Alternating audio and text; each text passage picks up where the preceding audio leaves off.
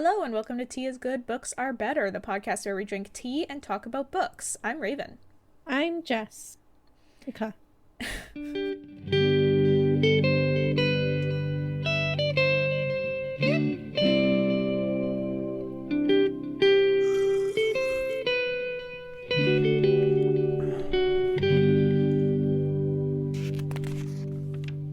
What are we drinking today, Jess? I'm drinking a super delicious apple cinnamon turmeric tea. You've drunk this one on the podcast before, right? Yep, and the Christmas one, which is just apple and cinnamon. Okay, because As as you said apple, I thought you were saying the Christmas shit again. I am a big apple cinnamon fiend. Yeah. Oh, that one's long finished. Okay. This one is a different, I don't know, it's Holly Tetley or something. Because I'm so over your Christmas tea. It claims to be good for me. Apple cinnamon? Because it has vitamin C in it. Oh, okay. Eh. I didn't make tea today. I'm drinking a kombucha. Oh, nice. That's Yeah. fermented tea. Okay, so we can count it. Yeah. Sick. It's just spicy. Yeah, so I think I've almost kind of solved my my gut issues. Was it? Did you need probiotics? Yeah. That's what biggest thing, like when I had bad gut issues, I started taking probiotics. I'm like, whoa, it's game changer. Yeah, so I don't know why you didn't tell me that, but Maybe I mentioned, because I do remember talking to you about kefir. And how that you probably helped me did, out. but I don't know Milk? why. I hate yogurt. And Yeah, kefir it's tastes like basically yogurt. It tastes exactly like yogurt. Yeah, so I It's tried spicy. it once and I was like, this is a no for me, dog. This is yogurt. It is. So now I'm drinking kombucha and I'm taking probiotics every day. So When there's also fermented foods you can eat if you like kimchi or whatever. oh yeah. I mean, who just eats kimchi every day though? Koreans. Well, I'm not Korean. Yeah, I know. I'm not a big fan of kimchi. It's like Too sour. it's fine if it's with something else, but if I'm just eating kimchi, pass. Yeah. Just out of the jar. Pass. Too sour for me. Too Yeah. sour and bitter. They're not pleasant. Yeah, it's the It's bitterness. not too pleasant together. I Yeah. think the chili makes it really bitter. Anyway, but yeah, so I'm taking fiber tablets, I'm taking probiotics, and now I'm drinking kombucha all the time. And Fancy. it's solved. So Yay! for all of you out there who are suffering from gut gut issues, probiotics. yeah, probiotics, dude. You need bacteria in there. Yeah. They help. Yep, I was shocked by how kind of like the instant I started. The 180. Oh my It was like God. 180 for sure. They really need to teach people more how to eat proper. Because this is something you like figure out randomly as an adult. You're like, oh, Right? I had to do that's so much why my research. tummy hurt. Anyway, before we get started on a Game of Thrones, well, I guess Feast a for Feast for Crows. Crows, we're going to shout out our lovely patrons who are throwing their dough at us over on Patreon. So those people are... Tobias? Yep. You take Tobias? And then, is it Eric, Jake, and Bahram? That's right. Thank you, lovely humans. We are slowly saving up your donations to buy Jessica a good microphone. Better than this little cheap guy. Yeah. Who keeps cutting out. Raven can't hear me when I talk. Honestly, I have to ask her to repeat herself all the time. So you guys are saving us from that. Thank you so much. All right. And another thing before we start, there were a couple things during our small hiatus while Jess was sick that we discovered that we wanted to bring up. So first was that, do you remember that Reddit thing that I sent you? I am completely confused. about What? how Martin lost his way. Oh, yes. Okay. Let me. So in it was either our last episode or the episode before that, we were talking about, I think it was the last episode. We were talking about Yeah. how we were getting a little bit disappointed, I guess, in the direction that the story was going when we learned that Sam's travel to Old Town was going to take like 3 or 4 fucking chapters. And we were Yeah. like, what? Dude, What what? the fuck? Why? Exactly. What's going Why? on? So shortly after that episode, I was browsing Reddit and I found this post that kind of summed up exactly what we were feeling, I think, at the time about the direction of the story and how Martin is now writing in this book. So I just kind of wanted to read it or like touch on the points that this user made. This user is Funnyface 9000, by the way. So r/ASOIAF. yes. So the post is called How Martin Lost His Way. So he says the first 3 A Song of Ice and Fire books are unquestionably among the best fantasy ever written. The world building, characters, and plot twists are all exemplary. Which I think you and I can agree with, right, Jess? Yep. Like, we were nonstop singing Martin's praises for the first 3 books. And kind of from the second chapter of Feast for Crows, I think we started feeling a difference in this one. Yep. He goes on. And this user says, but from Feast for Crows onwards, there has been a marked shift in what made the series so compelling. In short, Martin has begun to show us everything at the expense of plot progression. In Game of Thrones, every chapter pushed the story forward in huge strides while simultaneously introducing the characters in their world. This was a stunning achievement. A good example of this is traveling by ship. We rejoin Catelyn as she disembarks at King's Landing, with a brief but memorable description of the preceding journey. All the fat has been cut, with every chapter putting the reader in the thick of important action. Now compare that to multiple chapters of Tyrion at sea in Dance with Dragons, where almost nothing of significance happens. The old Martin would have described this meandering journey in a few paragraphs. I would argue in a few sentences. Probably even just as like a flashback while he's already somewhere in Essos. Yeah, like what he does with Catelyn when she gets off at King's Landing. We haven't reached Dance with Dragons yet, but I think we're already kind of feeling what happens. For example, the stuff with Sam, we haven't read all his chapters traveling to Old Town yet, but just the fact that we know it takes that long to get there, we're like, what the fuck? And then I think the Jaime chapter, I was feeling the same thing in this one as well, so I'll bring it up when we get there. Okay.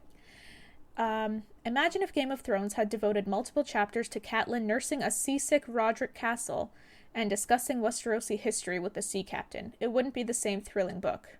This is just one example, but it demonstrates the gear shift in how Martin now writes and may also explain the huge wait between books. So that kind of rings true to me. As I pointed out when we first picked up this book, there was a 5-year gap between the last book and this one, which was the largest gap between books so far. Okay. I think the fact that he's just not skipping the stuff that he should be skipping could be the explanation for that. Cutting the fat, as this Reddit user described it. Yeah, it's something I definitely noticed with this book.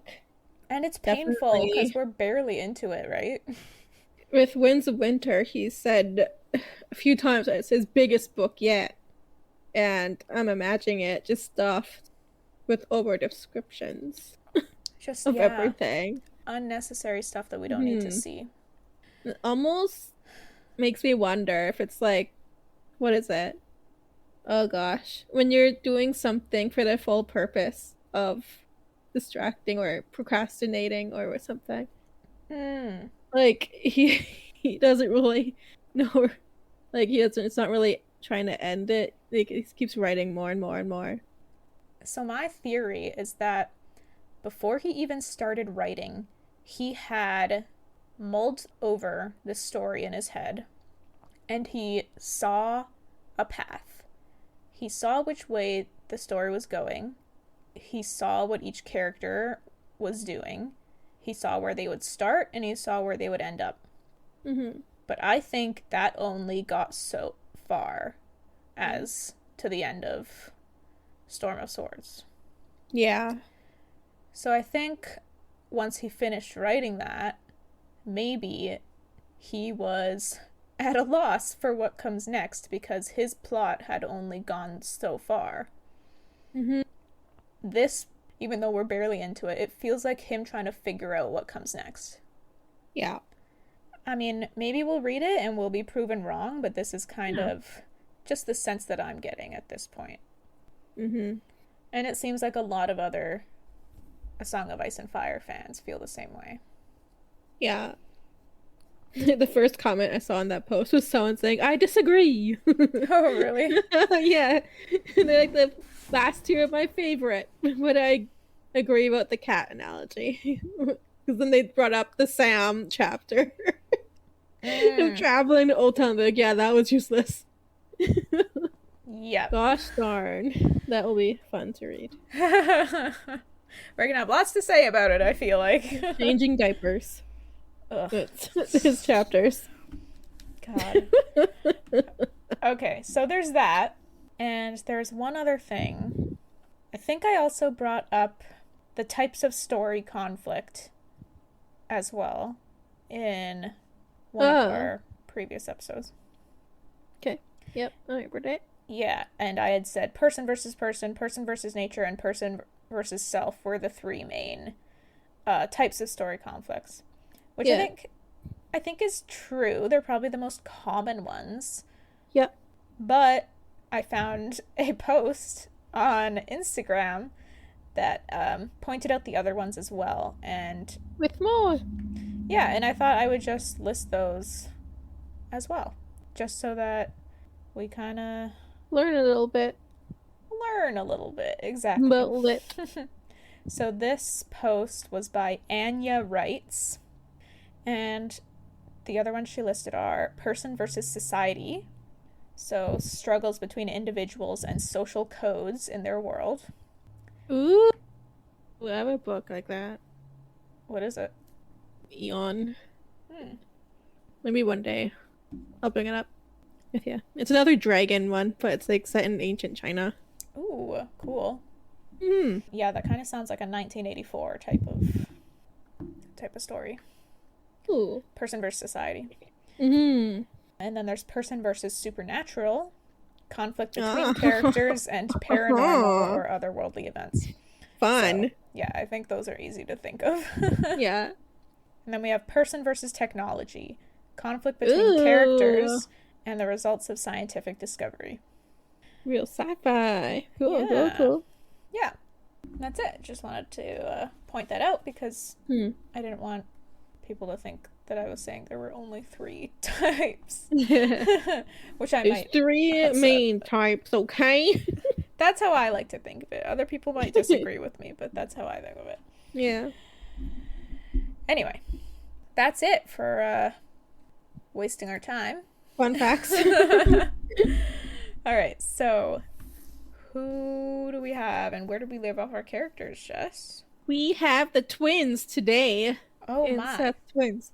Last we heard with Cersei, she had been awoken with the news of her father's death and learns that Tyrion and Lord Varys are missing. Oh shit. And then I don't quite remember where we left off, Jamie. Maybe that's when he gave Brienne Oath Keeper. Okay. I don't know. It was sometime in the last book, I think.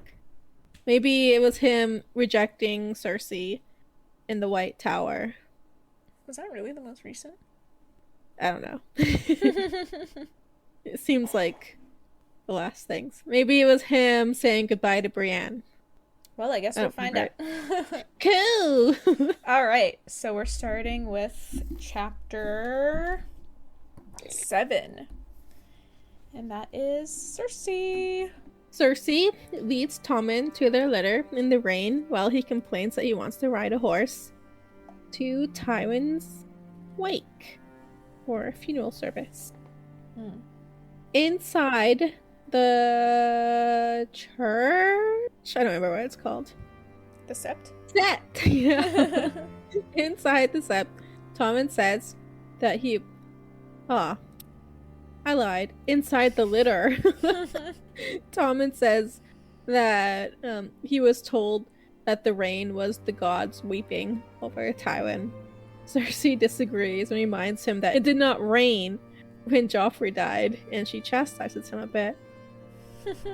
Well, maybe the gods didn't like Joffrey. Maybe they do. Maybe he was a sick bastard.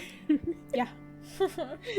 When Tommen passively obeys her, she thinks of him as weak, and that Joffrey would have argued with her, and chastises him some more.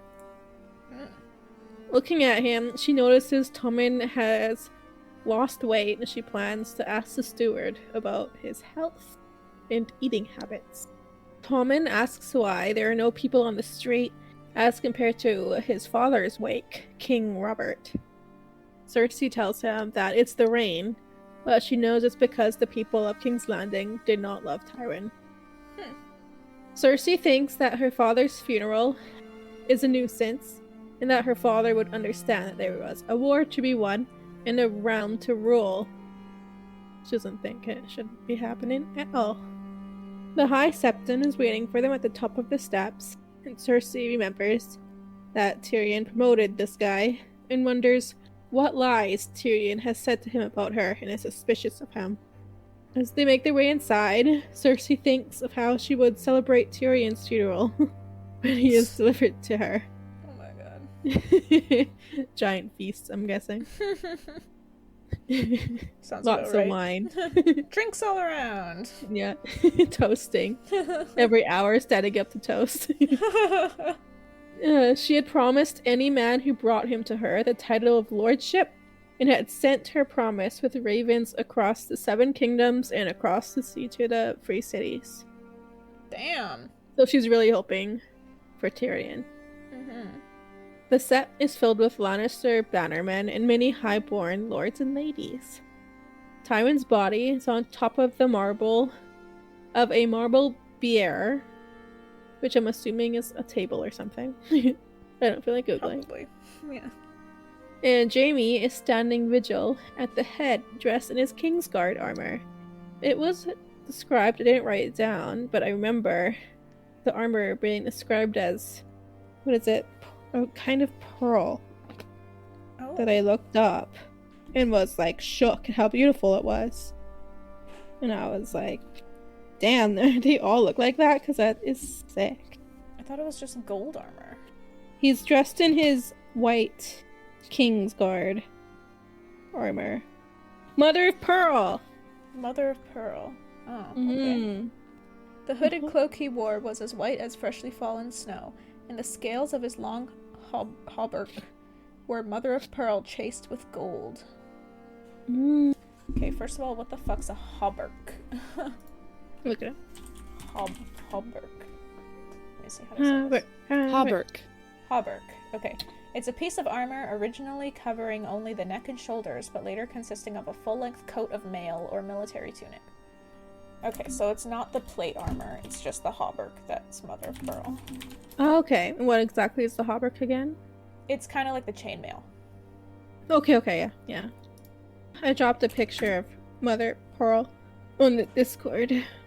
Oh, wow. Yeah. It's kind of So like I thought, a iridescent white. I was like imagining soldiers decked out in chainmail looking like that. In gold. I'm like, that is gorgeous. Probably only like the very special ones. Like the Lord Commander, Jaime. Indeed. He must look real fine there. Cersei thinks that their father would have wanted him in Lannister colors and despises seeing Jaime in his white armor. Oh my god, get over it, dude. Right? She sees that he's letting his beard grow out, which she thinks looks weird, and she doesn't like it either.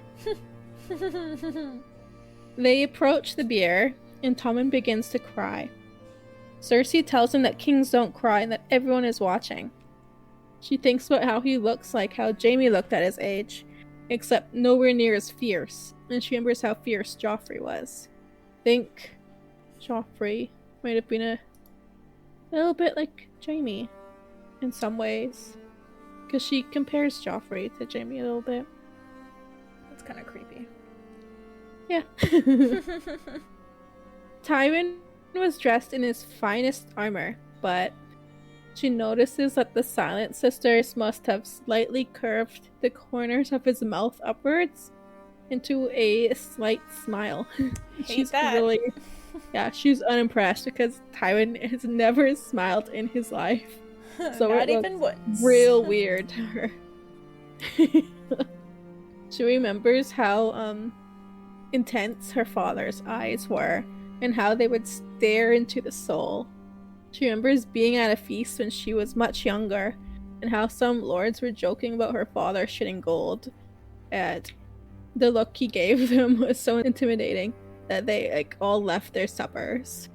Oh, they were cracking those jokes right in front of him? That's pretty weird. They probably didn't know much of him, but that wouldn't make sense as being the hand back then.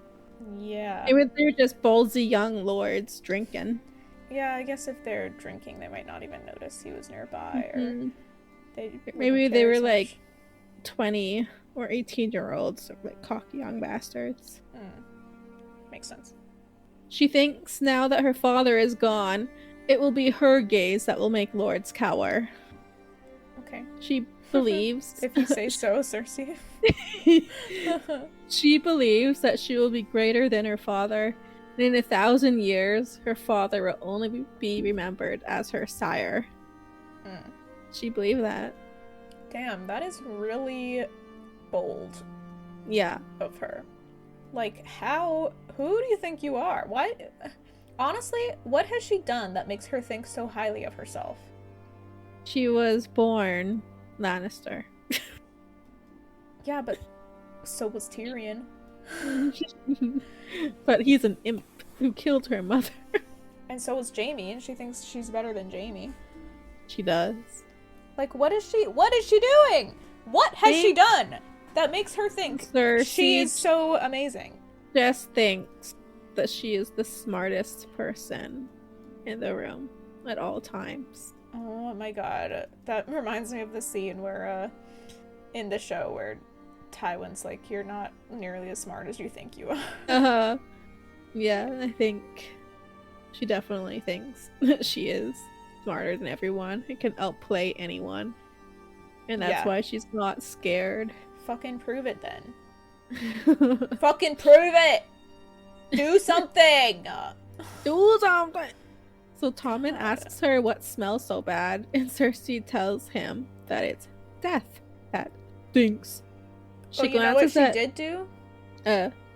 She did technically kill her husband, the king, and got her son on the throne. True. She did technically her. But, like, kind of a lame move. Like, just get him drunk. Like, it's not that brilliant. And she was found out by Ned, so... Yeah, so not so smart. Exactly. Anyway, go on. Yeah. But she outplayed Ned, so... How she thinks. She glances at Jaime, but he does not meet her eyes and stays as still as a statue. She spots her Uncle Kevin and cousin Lancel and notices that Lancel is gaunt and he looks like he's aged several decades. Oh. Yes, it's real shitty. To the right of the bier, the Tyrells are praying. She studies Marjorie's handmaids, trying to figure out which one would most likely betray her. Damn, she paranoid. Yep. The funeral eventually is over, and as Cersei and Tommen head back to the front, she overhears a Tyrell handmaid joke about privies, making Cersei turn to glare, trying to do her father's glare, but she's only met with blank faces. They don't even flinch.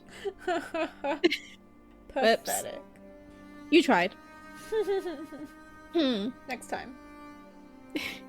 In the Hall of Lamps, which I'm not sure what that is. Cersei has to accept the condolences of the mourners. Lady Felice, if you remember, is the older sister of Lolly's, if you remember, was the poor young girl who was raped multiple times and is now preggers. Mm-hmm. She's mentally slow, and I believe she marries Bronn. Did she marry Bronn? I think she married Bronn. Mm-hmm. Anyways, Lady Felice appears to her and asks permission for her sister Lolly's to name her child after Tywin if it's a boy. This lady has balls. Cersei is appalled and forbids Lolly's bastard of rape being named after her lord father. Damn. Yeah, Felice looked like she was slapped after that and left politely. That's but pretty yeah, brutal. it is. But then you're like wanting to name a child of rape after someone like a high lord, like you think they're gonna say, yeah, you're not even friends. Yeah, I guess that's true too. Like, it's pretty ballsy to ask in the first place. Name it after Bronn. God damn. He married her. Yeah. Cersei turns to see Tommen with Marjorie and her grandmother. She heads over to rescue him, something that I noticed that she thinks that she is doing. Rescuing him. Ah. But she is stopped by her uncle who asks for her leave. She dismisses him, but Lancel lingers. Cersei makes small talk with Lancel, who is supposed to be taking lordship at Riverrun. So he's supposed to take Riverrun from... Is it... I think the Freys are still holding it, maybe.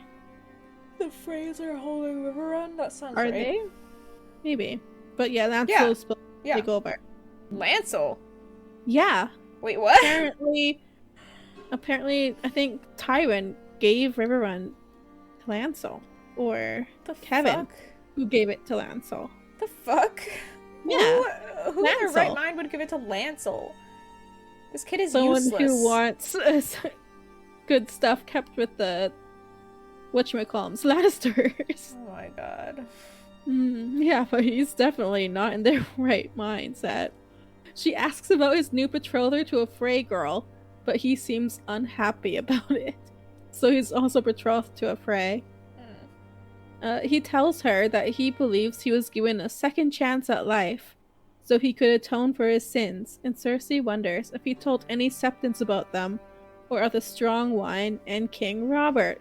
Paranoid of him all of a sudden. Oh wow, she is very paranoid. Very paranoid.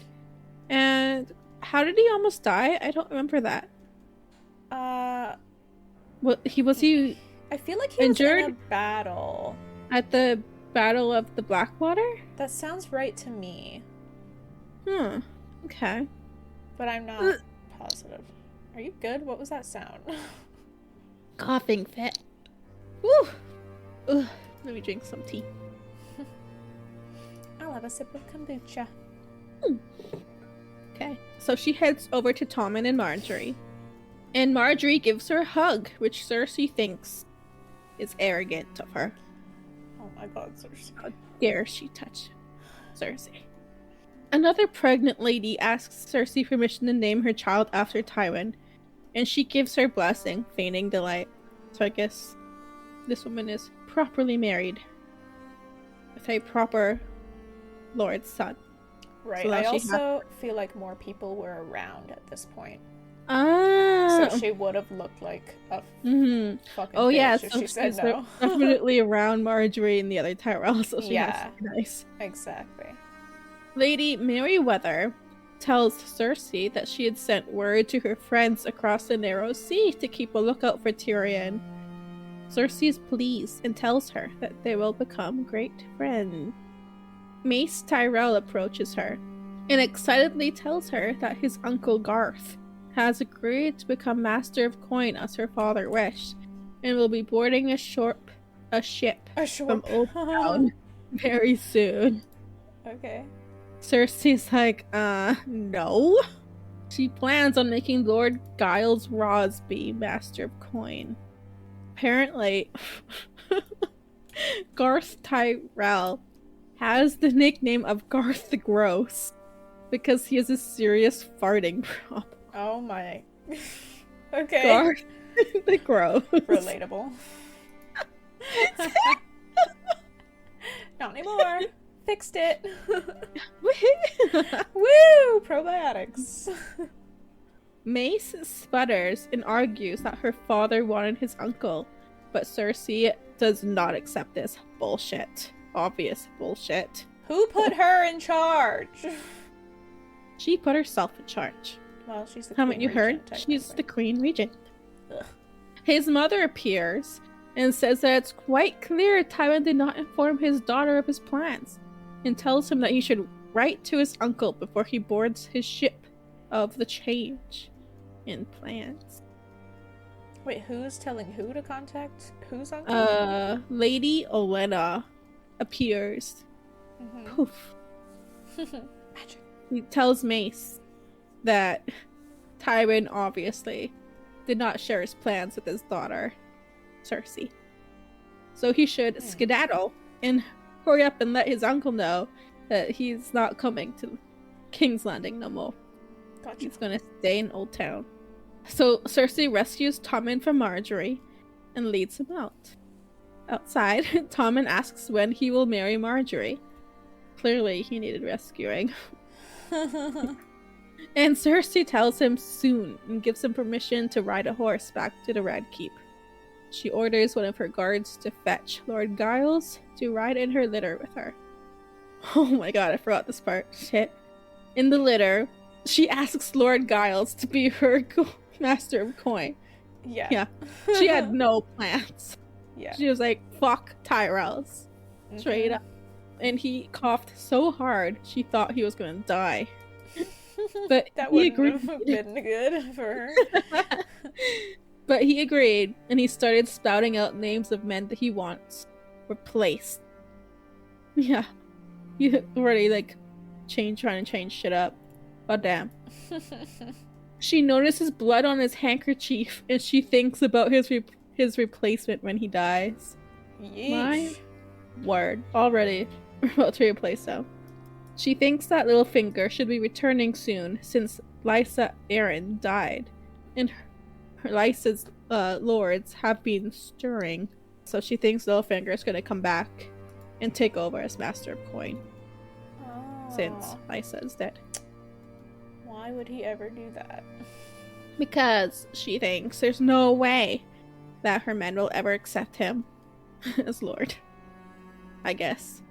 Maybe she just thinks everyone just has to be around her to serve her because she's so great and smart. She is so smart. Obviously. And intimidating. So smart and intimidating. Lord Giles asks who will be Tommen's hand, and she tells him it will be her Uncle Kevin.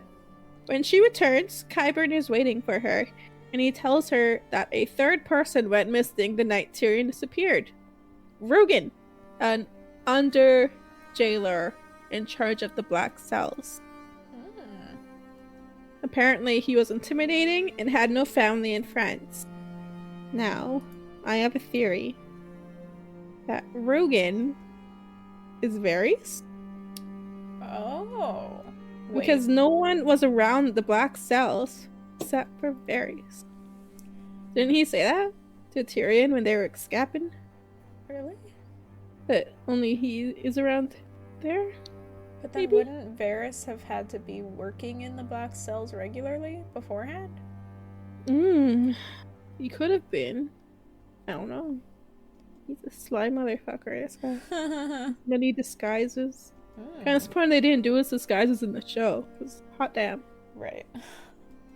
Well, I like the theory. Hope it's true. Qyburn says that they found a small hole hidden in the room where they suspect he hid his valuables until he escaped that night. But they found a gold coin in the hole. Just one, apparently. Oh. Cersei looks at it and notices that it is too small to be a golden stag or a golden dragon. Qyburn explains that the coin dates from before the conquest. What conquest? I don't remember because I didn't write it down like an idiot. Would that be the... Before the Targaryens showed up? Oh, Well, maybe. I was gonna say the Andals. That's far away. Yeah. No idea. She immediately thinks that it's Highgarden, obviously. They're the evil people. And she forbids Qyburn from speaking of this to anyone else. Her mouth zipped. Why did she think it was... Highgarden? Highgarden. I have no fucking clue. She's just super paranoid of the Tyrells. Because Wait, they're so good. I thought there was a reason. Maybe. No, I just didn't write it down. Or I skipped over it because I didn't realize. Okay. So the coin dates from before the conquest. The king is Garth the 12th. And the hand is the sigil of House Gardener. Which is... Highgarden, apparently. Ah, okay. So Cersei's like, what treachery is this? Oh yes, immediately. David Moore, the bad guy to her. Oh. Please tell me. Wait. Something's forming in my mind. Okay. Okay. So this person was paid by someone, assuming, with this coin, assuming more of the coins, to help Tyrion escape. Assuming this person is not Varys. Mm-hmm. Maybe Olenna paid this guy in these coins that she had to help Tyrion escape because she knows he's not guilty. Boom. Interesting. I just think there's nothing in it for Olenna. True. Mm-hmm. She does not seem like the type who would risk Her family.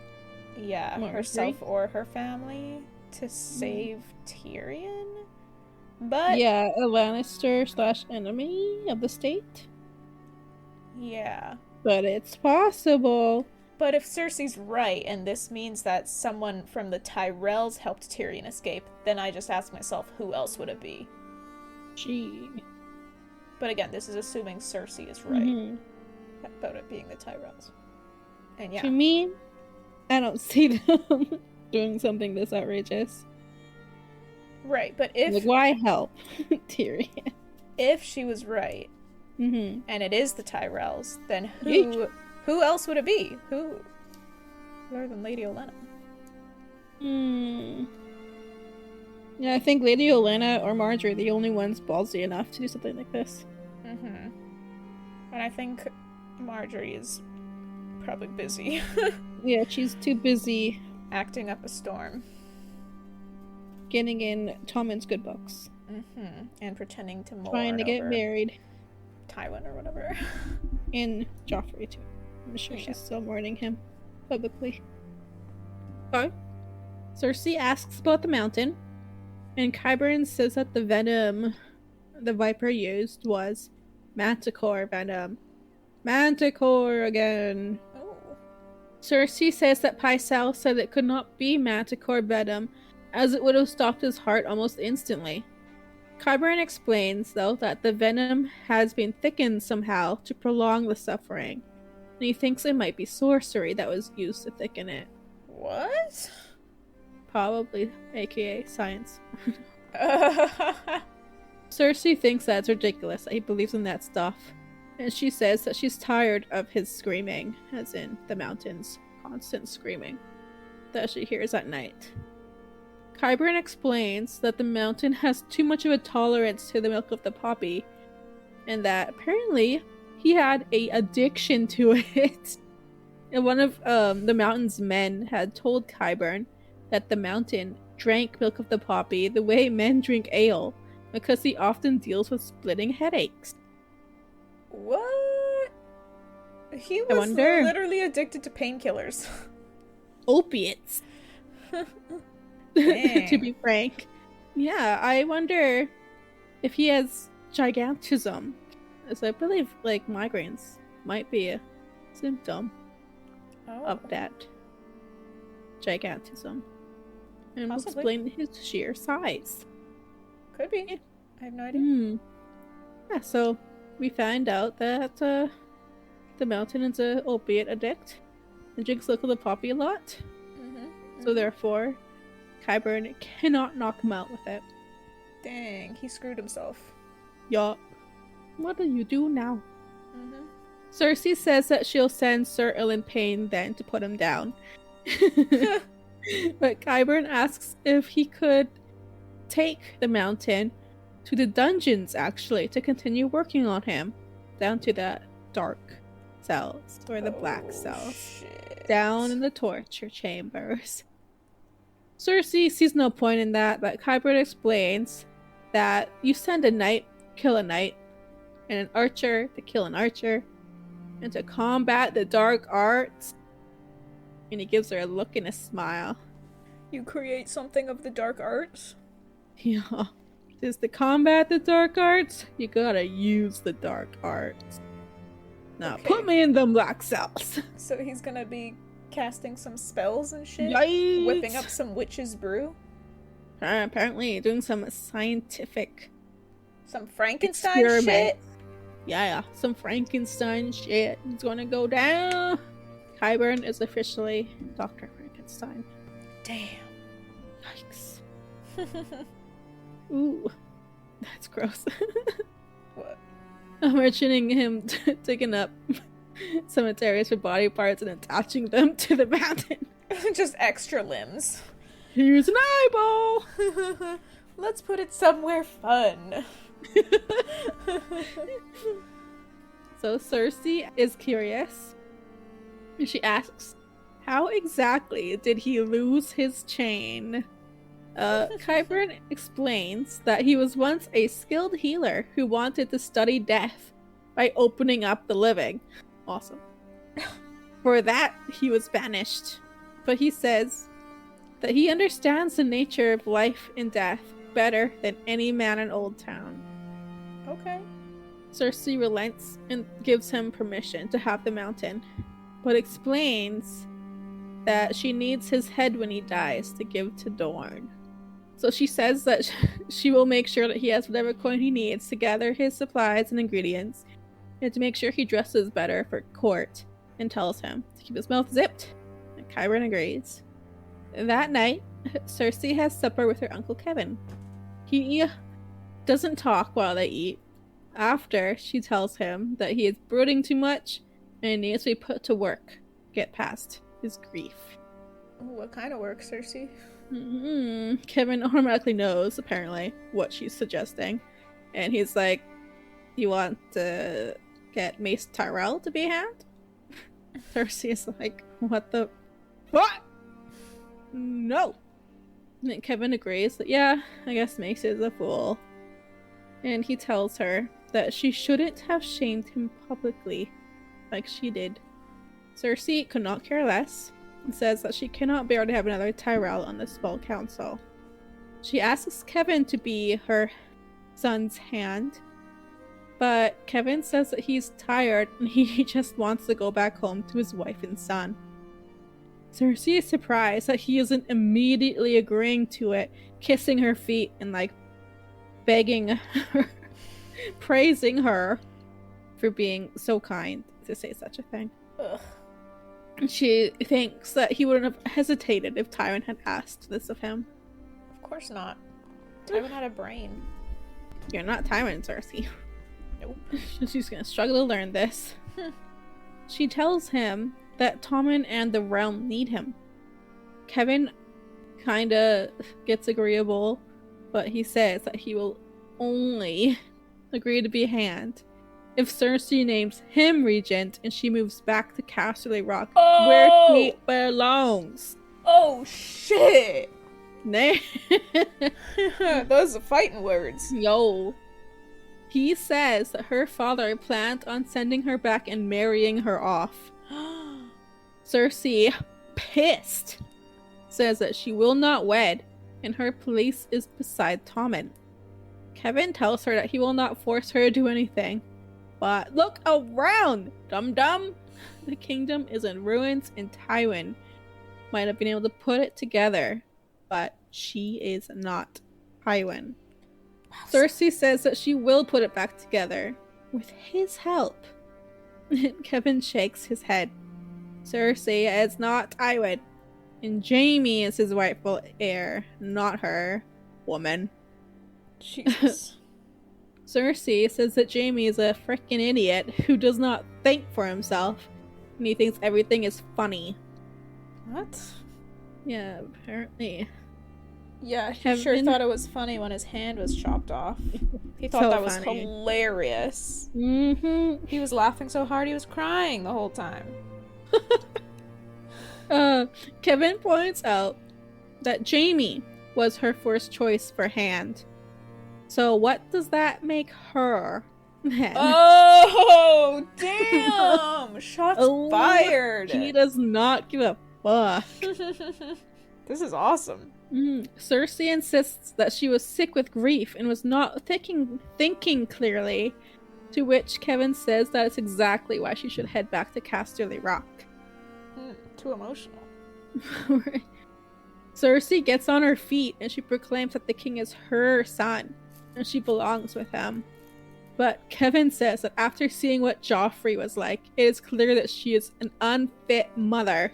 Go home! Oh my god!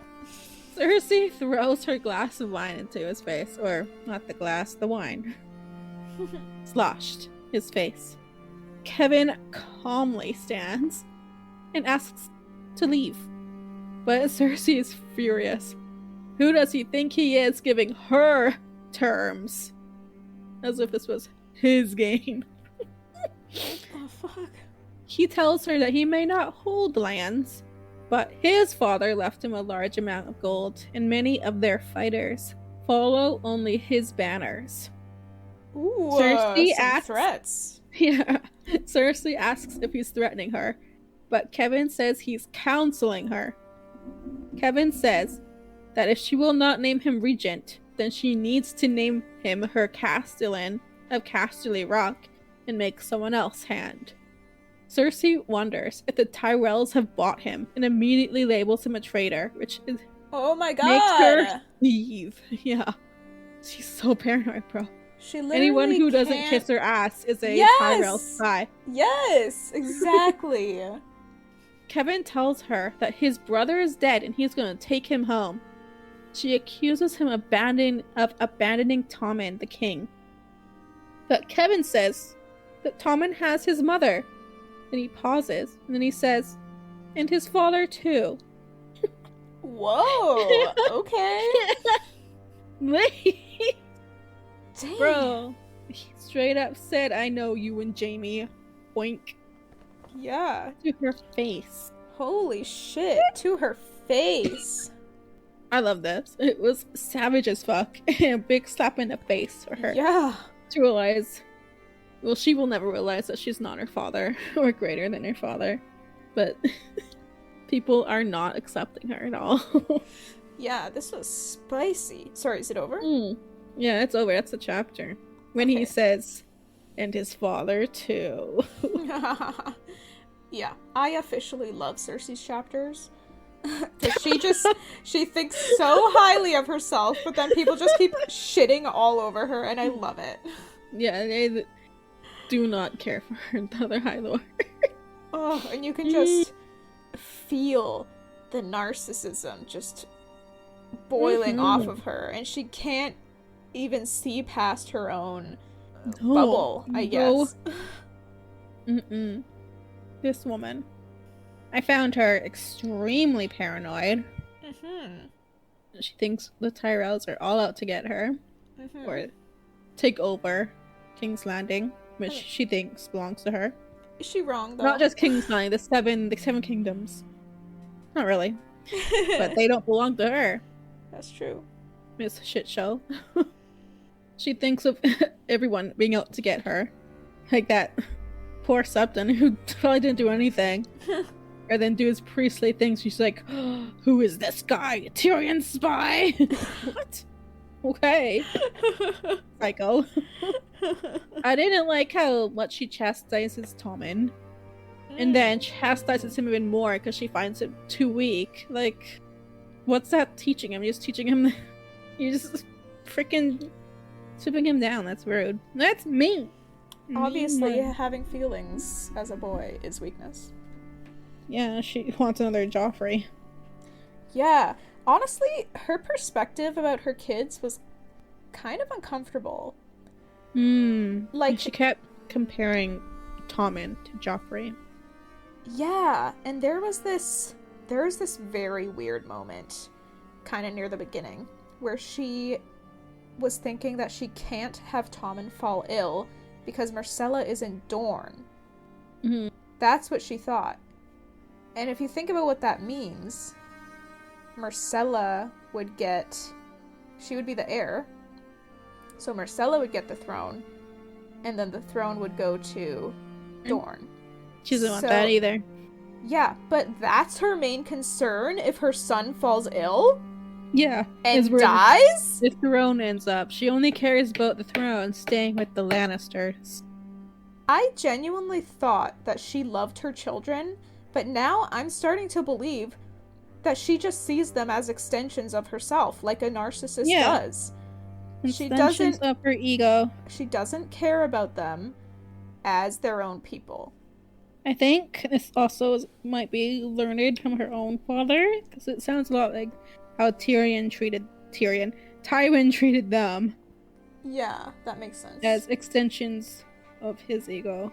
Yeah. Like, they have to, for the family. The family is important. Mm-hmm. It was never about them as individuals. It was always about the Lannister name. Yeah. Making them the biggest household. Gross reading from her chapters now. And hearing, reading that. I'm like, ugh. It is gross. Cringe. Yeah. Like, those parts are honestly, they make me uncomfortable to read. Yeah. And, like, as much as we're criticizing Martin's writing so far in this one, he's still great at capturing character. Mm-hmm. So I can really feel her narcissism, and it's honestly a little tricky. Yeah, so. And, like, it is. And I like how it's just subtle. Like, you pick it up on your own. Like, it doesn't straight up tell you, like, oh, yeah, by the way, I'm full of myself. It's, like, straight up the way she thinks. Mm-hmm. What she says to people, what she thinks when people talk to her. You're so right. Yeah. I like that.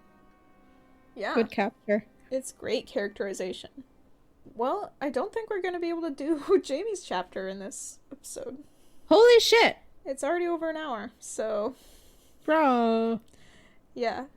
I guess in the next episode, we will cover Jaime's chapter and reiterate the points that we made at the start of this episode about wasted writing, I guess. Because that's kind of how I feel about this Jaime chapter, so... If you're interested in that... Yeah, poor Jaime. Stick around. Wait for our next episode in a couple weeks. Heck yeah. Who are we doing besides Jaime next time? Bran! Oh, okay. They belong together. Jaime and Bran, the dynamic duo. Brienne. Oh, Brienne. I said Bran. I was like, wait. Yeah, you said Bran. What do you mean dynamic duo? The fact that he shoves him out a window! Nice. Dynamic duo. On that note, if you want more of the podcast, please follow us on Instagram. You can follow the podcast at TIGBAB Podcast or follow us individually. My handle is Crimby and Jess's is just.egan24. You can also find us on Facebook. Just search TIGBAB Podcast or Tea is Good, Books Are Better, and we will show up there. Also, please subscribe to our good friend Bahrami on YouTube. He's the one who made our jingle, which you heard at the start of the episode, and he makes some really cool music. That's Bahram. You can also find him on Spotify as Bahrambient. That's Bahrambient. And please check us out on Patreon, patreon.com/teaisgoodbooksarebetter. We have a few different tea-themed tiers with fun rewards, including outtakes, BTS stuff, and mini episodes in which we force our brother to watch Game of Thrones, which he absolutely hates. So it makes for some fun discussions/arguments. Finally, if you would be willing to share the podcast with your family and your friends, it would be a huge help to us to grow the podcast. Thank you so much. All right, we will see you next time for the real dynamic duo, Jaime and Brienne. Yay! We love Brienne. We do. All right. Thank you for listening. Bye bye. Bye bye.